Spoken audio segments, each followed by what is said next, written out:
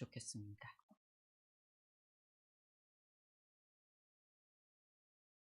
하나님 말씀 시편 133편 1절로 3절 말씀입니다. 구약성경 900쪽에 있습니다. 한 목소리로 133편 1절로 3절 읽어보겠습니다. 보라, 형제가 연합하여 동거함이 어찌 그리 선하고 아름다운고, 머리에 있는 보배로운 기름이 수염 곧 아론의 수염에 흘러서 그의 옷깃까지 내린 같고, 헐몬의 이슬이 시온의 산들에 내린 같도다. 거기서 여호와께서 복을 명령하셨나니 곧 영생이로다. 아멘. 순례자의 노래라는 그런 제목으로 말씀 제목을 잡았습니다.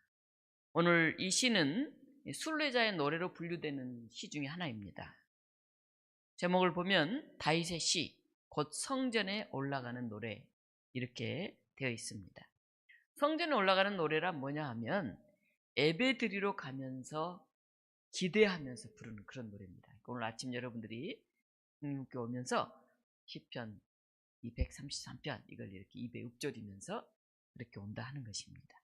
아마도 매년 3번의 절기, 무교절, 7.7절, 초막절에 예루살렘을 향한 순례길을 이스라엘의 성년들은 다 이렇게 떠나야 됐으니까 순례길을 가면서 예배자들이 각기에서 모인 그런 형제들과 함께 하나님을 예배할 것을 기대하면서 부르는 그런 찬양이었을 것입니다. 특히 이스라엘이 바벨론의 포로가 되었을 때는 성전에 올라가는 노래를 불러도 성전에 갈 수가 없잖아요. 그래서 그 노래를 얼마나 애틋하고 간절하게 불렀을까 하는 생각을 할 수 있습니다. 갈 수 없는 저 멀리 있는 예루살렘 성전에서 하나님의 백성이 함께 모여서 드릴 그 예배, 그 순간을 너무너무 그리워하면서 애절하게 이 시편들을 불렀을 것입니다. 드디어 이스라엘은 고레스 왕 5년에 예루살렘으로 귀환해도 된다고 하는 그런 칙령을 받았습니다. 만약 드디어 50년, 70년 그때 태어난 다양한 사람들이 있었을 텐데 그들이 성전에 올라가서 이 노래를 불렀다면 아마 마음에 목이 메었을 거고 눈물이 흘렀을 것입니다. 드디어 예루살렘 성전에서 우리가 이 예배를 드리는 거야. 오늘 133편 1절은 보라, 형제가 연합하여 동거함이 어찌 그리 선하고 아름다운고 이렇게 되어 있습니다. 형제가 연합해서 동거하면 그것은 선하고 아름답다 하는 것입니다. 여기서 형제란 좁은 의미로는 혈연, 혈족 같은 부모를 둔 자녀들을 말하지만 이스라엘들이 말하는 이 형제라고 할 때는 더 넓은 의미의 같은 하나님을 믿고 섬기는 신앙 공동체, 즉 같은 민족을 얘기하고 있습니다. 성도가 함께 모이는 것, 함께 모여서 하나님을 예배하는 것, 그건 소중하고 너무너무 복되고 아름다운 것이다. 이들은 그렇게 고백합니다. 하나님을 믿는 형제들이 하나가 돼서 살아가면 얼마나 아름답고 즐거울까요? 그런데 우리는 하나님을 믿으며 살면 다 평화롭고 사이가 좋을 것이다 이렇게 생각하기 쉬운데 정말 그럴까요?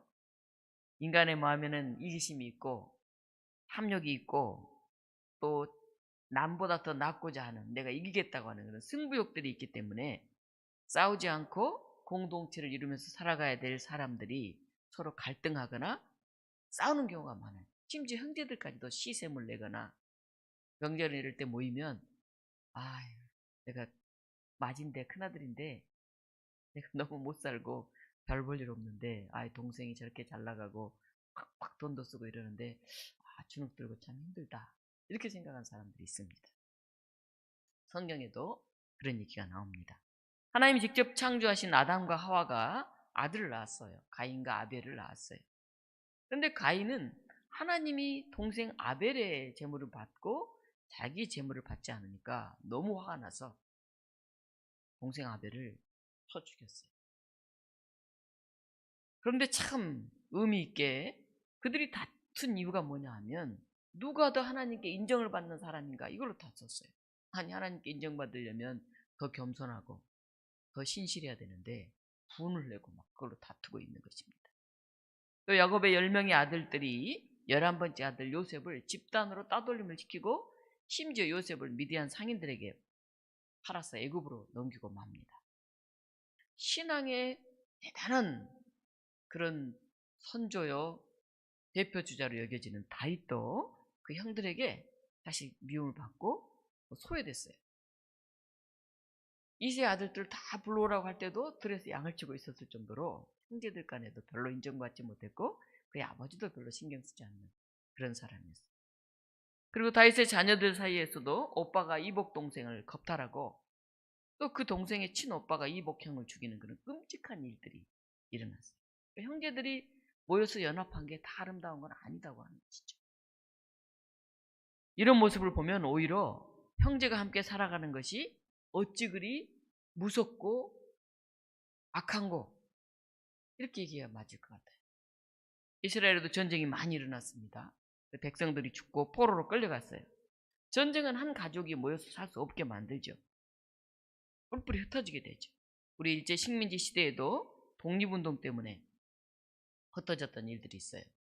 가까이 이혜영 기념터가 들어왔는데 이혜영 일가 6남매가 집을 다 팔아서 돈을 다 모아서 만주로 가서 거기에 신흥무관학교 독립을 위해서 그렇게 살지 않았습니까?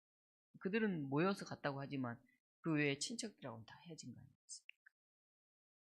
또 강제로 징용이 돼가지고 전쟁에 나갔다가 죽은 사람들도 있고 위안부 등의 이유로 가족을 떠날 수밖에 없었던 전쟁은 우리에게 굉장히 끔찍한 이별을 가져다 줍니다.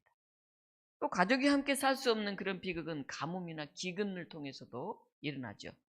믿음의 조상 아브라함도 기근을 피해서 에집트로 이주했다가 아내 사라를 빼앗기는 그런 봉변을 당했죠. 야곱의 아들들은 목숨을 걸고 양식을 구하려고 에집트를 몇 번이나 왔다 갔다 했죠.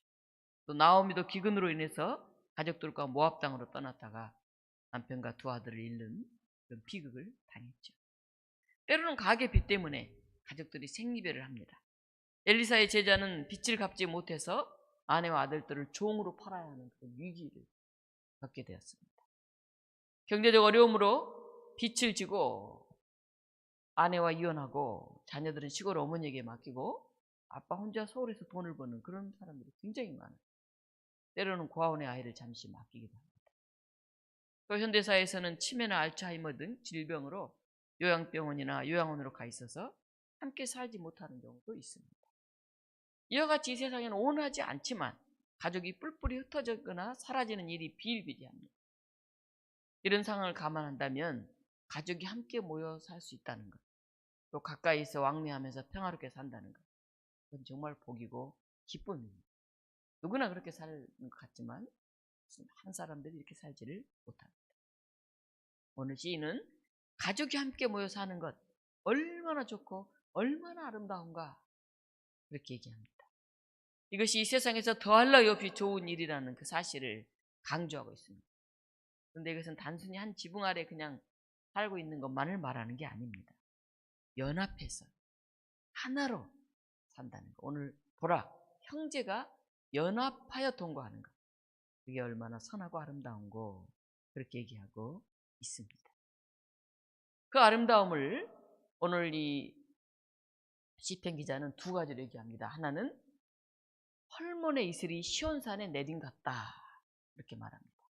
이 부분을 직역하면 마치 시온산들 위에 내린 헐몬의 이슬 같지 그런 뜻이에요.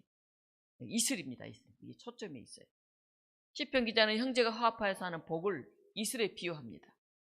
우리가 아침에 일어나 보면 이슬이 이렇게 맺혀 있는 걸 보잖아요. 아름답다 이렇게 볼 때도 있지만 너무 분주해서 그냥 생각 없이 지나치죠. 그런데 물이 귀한 이스라엘은 이슬이 굉장히 귀중한 자원이에요. 풀과 나무 등의 수분을 공급하기도 하고 사람들에게 식수로도 쓰입니다. 광야나 산에서 생활하는 목동들은 아침에 깨끗한 양털을 밤에 밖에다 이렇게 바위 위에 올려놔요. 그러면 이슬에 양털이 스며들어서 축축해지죠. 아침에 일어나면 양털을 꼭 짜서 거기서 나는 물로 목을 축이고 식수를 삼았다고 합니다. 이슬은 자녀들의 갈등과 다툼 대신에 화합하고 공존하는 목마름을 채워주는 그런 것으로 나타납니다. 사람 사는 맛이 나고 생기가 나고 뭔가 촉촉해지는 그런 의미에서 이슬은 하나님이 주시는 복으로 비유가 됩니다. 창세기 27장 28절에도 하나님은 하늘의 이슬과 땅의 기름짐이며 풍성한 곡식과 포도주를 내게 주시기를 원하노라. 또 스가랴 8장 12절에도 곧 평강의 씨앗을 얻을 것이라. 포도나무가 열매를 맺으며 땅이 산물을 내며 하늘은 이슬을 내리니 내가 이 남은 백성으로 이 모든 것을 누리게 하리라. 이스라엘은 그 이슬이 얼마나 풍요와 생명력을 상징하는지를 성경 곳곳에는 얘기하고 있습니다. 또 하나의 모습은 이스라엘의 가장 북부에 있는 높은 산 헤르몬산, 이 혈몬이라고 하죠. 혈몬산, 헤르몬산인데요. 거기서 흘러내려서 남부지방의 낮은 산 시온산까지 높은 데서 낮은 데까지 쭉 흘러내리는 모습을 오늘 성경이 나타내고 있습니다. 이슬은 사회의 신분 등의 높고 낮은과 상관없이 모든 사람에게 내리는 것이죠. 또 시온산은 겉보기에는 낮아 보이지만은 헤르몬산은 굉장히 높아 보이는데 하나님은 이 시온산을 특별히 성별하셨죠. 여기서 예배드리게 하셨죠.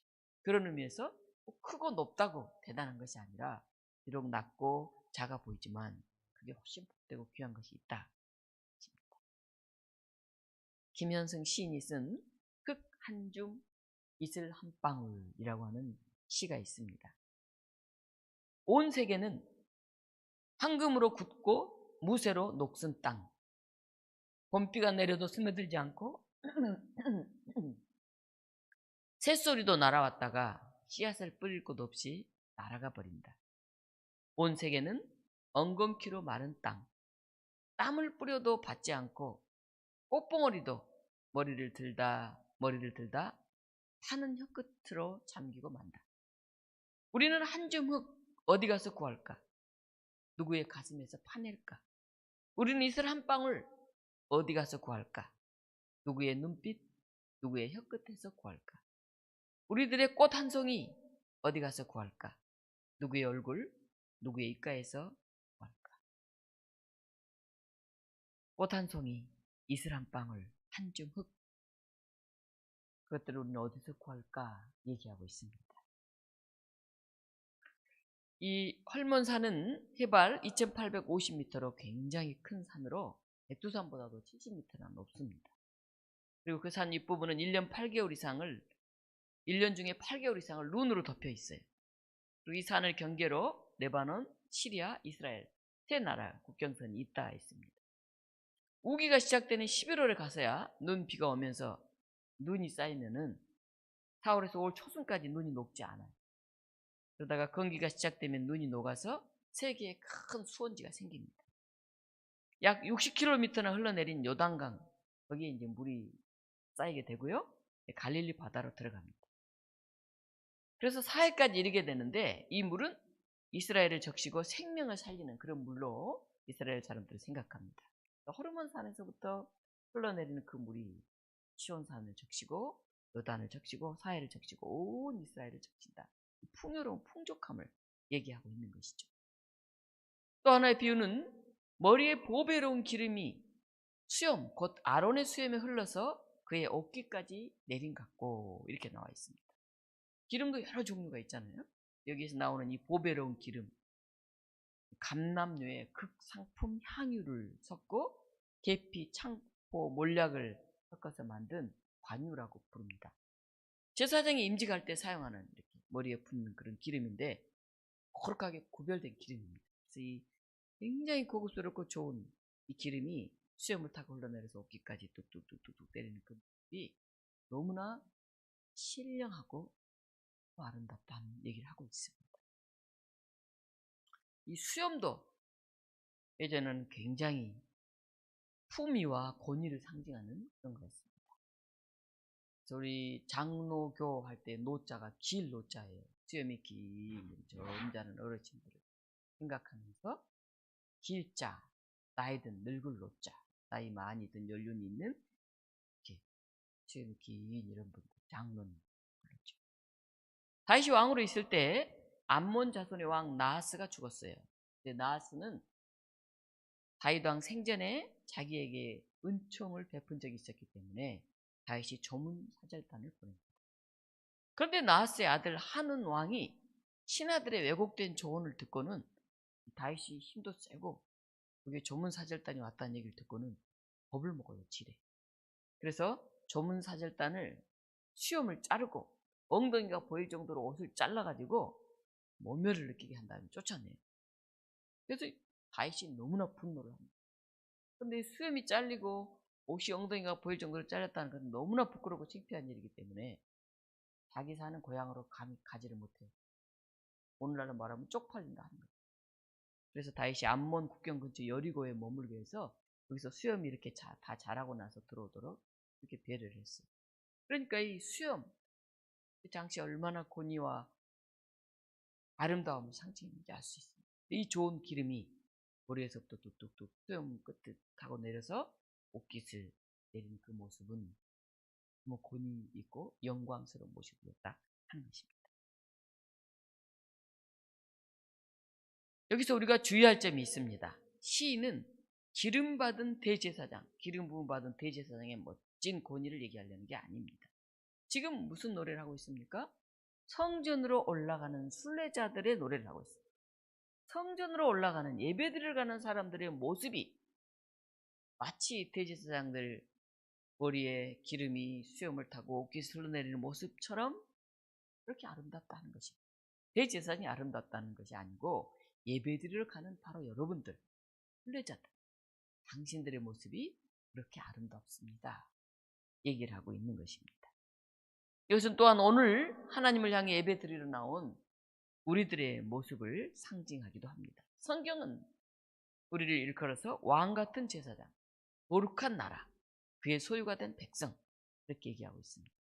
여러분 주일날 예배드리러 올 때 오늘 이 기절을 꼭 생각하면서 야, 머리에 보배로운 기름이 수염을 타고 옷깃이 흘러나르는 이런 제사장 같은 모습으로 내가 지금 예배드리러 나간다 생각하시기 바랍니다.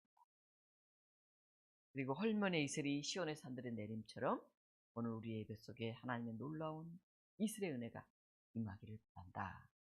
이렇게 기도하시기를 바랍니다. 그래서 어떻게 합니까? 거기서 여호와께서 복을 명령하셨나니 곧 영생이로다. 예배드려 나온 이 거룩한 사람들 안에 하나님이 복을 명령하셨다는 거예요. 복이 임하도록 영원한 생명을 약속하셨다는 말입니다. 거기가 어디입니까? 함께 예배드리러 모인 이 공동체, 형제 자매들의 관계 안, 이걸 말하죠. 지금 우리가 만나서 교제하는 사람들, 우리 천국에서도 또 만날 사람들이에요. 세상 사는 동안에도 미운 사람이 있어도 그냥 용서와 사랑을 베풀면서 관계를 잘하려고 하잖아요. 하물며 영원히 천국에서까지 같이 갈 그런 사람들이라고 한다면 얼마나 깊은 관계의 사람들입니까? 이 사람들을 섬기고 이 사람들과 함께 성장해가는 일을 우리가 오늘 여기서 시작해야 될 것입니다. 그 안에 어르신들이 많으신데 여러모로 몸이 아프시네요. 그 어르신들을 여러분들의 어머니 대하듯 할머니 대하듯 우리가 정성을 다해서 대하고 기도하고 돌봤으면 좋겠습니다. 남미의 페루에 가면 마추픽추라는 곳이 있어요. 한번 가보고 싶은데 제가 가보지는 못했습니다. 이것은 앙카의 후예들이 이 스페인 군대를 피해서 모여 살았던 곳인데요. 2430m의 높은 산꼭대기에 세운 그런 도시예요. 마추픽추란 공중도시, 신의 도시 그런 뜻이에요. 근데 그 특징은 돌로 정교하게 이렇게 연결한 것이에요. 돌로. 그러니까 이 성곽을 가면서 저도 야, 이 높은 것을 어떻게 저렇게 돌로 쌓았을까 하면 신기하다 그런 생각을 하게 됩니다. 큰 돌들, 때로는 모난 돌들, 뭐 작은 돌들 접착제를 사용하지 않고 그냥 이렇게 쌓아서 깊이 연결된 건축물을 만들었어요. 하이렌 빙검이라는 고고학자가 폐해로 있던 이 도시를 발견했습니다. 이야, 저 높은 꼭대기에 어떻게 이렇게 접착제를 사용하죠? 그 옛날에 돌로 이렇게 성을 쌓아 올렸나. 사람들이 가서 굉장히 감탄하고 오죠. 연합과 동거라는 게 바로 이런 개념이에요. 인위적으로 뭘 탁 깨고 자르고 해서 탁탁탁 이렇게 만든 게 아니고 큰 돌은 큰 돌대로, 작은 돌은 작은 돌대로, 약간 모난 돌은 모난 돌대로 자리를 잡아서 함께 이렇게 쌓여져 간다는 것이죠. 성격도 생각도 환경도 가진 것도 배운 것도 다 다른 우리들은 바로 이렇게 다양한 이 돌들처럼 모여져서 하나의 목적을 향해서 예배를 드리게 됩니다. 하나님 나라를 소망하면서 세상에서 믿음으로 살면서 하나님을 기쁘시게 하기 위해 힘쓰는 그런 공동체입니다. 우리가 그 목적을 위해서 다 다르지만 함께 할 수가 있습니다. 교회를 통해서 공동체를 누리면서 이런 일들을 실천해 가는 거죠. 오늘 시편 133편은 선언합니다. 복은 관계에서 온다고 말합니다. 돈독한 관계가 아니면 진가를 발휘할 수가 없어요. 아무리 돈이 많아도, 아무리 출세했어도, 아무리 많은 것을 가졌어도 관계에 복이 없으면 복이 아니에요. 재벌들과끼리 막 싸우는 걸 보잖아요. 어머니와 뭐 큰아들과 또 딸과 막 이렇게 서로 합종 연행해서 편을 나누어서 회사를 차지하기 위해 싸우는 그런 모습을 보잖아요. 돈이 복이 아니죠. 가장 중요하고 기본적인 관계는 하나님과의 관계. 하나님 안에서 우리가 사람들과 어떻게 관계들을 잘 맺어갈 건가. 거기에 복이 선언된다 하는 것입니다. 우리 교회를 가정같이 만들어 갔으면 좋겠습니다. 성도 간에 서로를 인정하고 사랑하면서 하나가 됐으면 좋겠습니다. 여호와께서 복을 명령하셨다는 거예요. 복이 있어라. 복을 우리가 달라 하지 않아도 하나님이 그 연합해서 하나 된 곳에 그 복을 주신다는 거예요. 그런데 그것은 어디냐? 바로 시온입니다. 시온. 우리는 형제들이 우여있게 살면 복을 주신다. 이건 세상 사람들이 누구나 생각하는 거죠. 그걸로 결론을 맺는 게 아니라 시편 기자는 시온에 주님의 복이 있다 이렇게 선언합니다. 헐몬의 이슬이 시온의 산들에 내린 것 같도다. 거기서 헐몬의 샌들이 내린 것 같은 시온산 예루살렘 성에 있는 거기서 여호와께서 복을 명령했다 이렇게 말씀하십니다. 시편 기자는 온 나라의 오곡백과가 풍성하고 사회적인 정의와 평화가 이루어지면 형제 자매들이 한 식탁에 둘러앉아 즐겁게 지내는, 물론 그것도 복이죠 세상적으로는. 그러나 그 모든 복은 궁극적으로 시온에서 나온다 이렇게 얘기하고 있습니다. 시온에서 복이 나온다. 이게 오늘 이 시편의 열쇠예요. 그런 이 시온을 향해서 예루살렘을 향해서 예배를 드려가는 사람들이 얼마나 신나고 기쁘겠어요. 복이 나오는 것, 복이 명령되는 것, 그것으로 가는 것이니까. 시온은 예배 공동체가 모여서 언약의 축제에 참여하고 하나님께 새로운 헌신을 드리는 것이에요. 그래서 새로운 전통과 질서가 보존되고 전수되고 과거와 현재가 미래가 연결되는 것이에요. 시온. 이 복은 구약 성경에서는 자연스럽게 영생으로 이어집니다. 과거에 우리의 선조들이 살아왔던 하나님과의 관계성 속에서 그 고백, 그리고 오늘 우리가 살아가고 있는 이 고백, 후대 우리의 고백, 이것들이 쭉 이어져서 영원한 그 나라에까지 이어지게 될 것입니다. 시편 1편에 보면 여호와께서 인정하시는 삶이 바로 영생입니다. 영원한 생명의 그 나라는 다 축복만 있는 게 아니에요. 한쪽에는 뭐가 있습니까? 심판이 있고 한쪽에는 영광이 있는 거죠. 그러니까 영생하면은 뭐 다 우리는 복받고 하나님 나라에 기쁘게 산다 생각할 수 있는데, 영생을 결정하는 것, 오직 그것은 하나님과 함께 어떤 관계를 가지고 어떻게 살아왔는가 하는 것인데, 그 하나님을 받아들이고 그대로 살아온 사람들은 영원한 영광의 삶이 있지만은 그걸 거부하고 잘못 살아온 사람에게는 심판과 멸망이 있다고 하는 것입니다. 결국 이스라엘 백성이 함께 모여서 누리는 연합의 기쁨, 우리가 함께 누리는 연합의 기쁨은 하나님이 시작하신 하나님과 연합에서 시작된 축복입니다. 시인은 마침내 복의 근원은 바로 하나님이시다. 그 복을 명령하신 분은 하나님이시다. 그 복을 얻는 곳은 시온에서 우리가 형제들까지 모여 연합하고 동거하고 하나님 안에 영광 돌리는 그 사람을 사는 그 출발점이다. 그렇게 얘기를 하고 있습니다. 거기서 여호와께서 복을 명령하셨다는 것입니다. 저 여러분은 이제 부활의 절기를 보내고 있습니다. 이 시기에 영생의 복이 얼마나 아름답고 좋은 것인지를 우리는 다시 한번 생각하게 합니다. 바벨론에 갇혀서 멀리 있는 예루살렘 성전을 향해서 마음을 그리면서 성도가 함께 누리며 예배드리는 그 복을 꿈꾸었던 그 이스라엘 백성처럼 우리가 크고 작은 여러 가지 것들에게 마음을 빼앗겼던 것에서 우리 마음을 되돌려서 우리가 함께 연합해서 예배드리고 찬양하고 하나님이 명령하시는 그 영생의 복, 그 복 안에 온전히 머물기를 바랍니다. 하나님만이 우리의 참된 복이 되실 것입니다. 우리 같이 기도하겠는데요. 우리 교회 이렇게 아픈 분들도 많고 이제 노년의 삶을 살면서 알게 모르게 여러 군데가 연약해지는데, 그럼에도 불구하고 오늘 우리가 이 자리에 나와서 예배드릴 수 있도록 우리를 불러주신 하나님 얼마나 감사한가요? 우리가 오늘 이 자리에 서서 예배드릴 수 있다고 하는 것, 하나님 우리에게 복을 명령하신다고 하는 것, 영원한 그 나라를 우리가 소망한다고 하는 것, 그게 얼마나 감사한가를 다시 한번 고백했으면 좋겠습니다. 너무너무 교회 나오고 싶은데 어쩔 수 없이 요양원에 계시는 우리의 권사님, 집사님들이 계십니다. 또 집에서 이곳에 오지 못하는 분들도 계십니다. 하나님 그분들에게도 이 형제가 연합하여 동거하여 두는 이 복, 시온 예루살렘 성전 독립문교 예배당에서 누린 이 복을 그들도 누릴 수 있도록 우리가 같이 기도하고 우리의 마음들을 나눴으면 좋겠습니다. 같이 기도하시겠습니다. 생명의 하나님, 우리에게 이 화창한 봄날을 주신 것을 감사드립니다.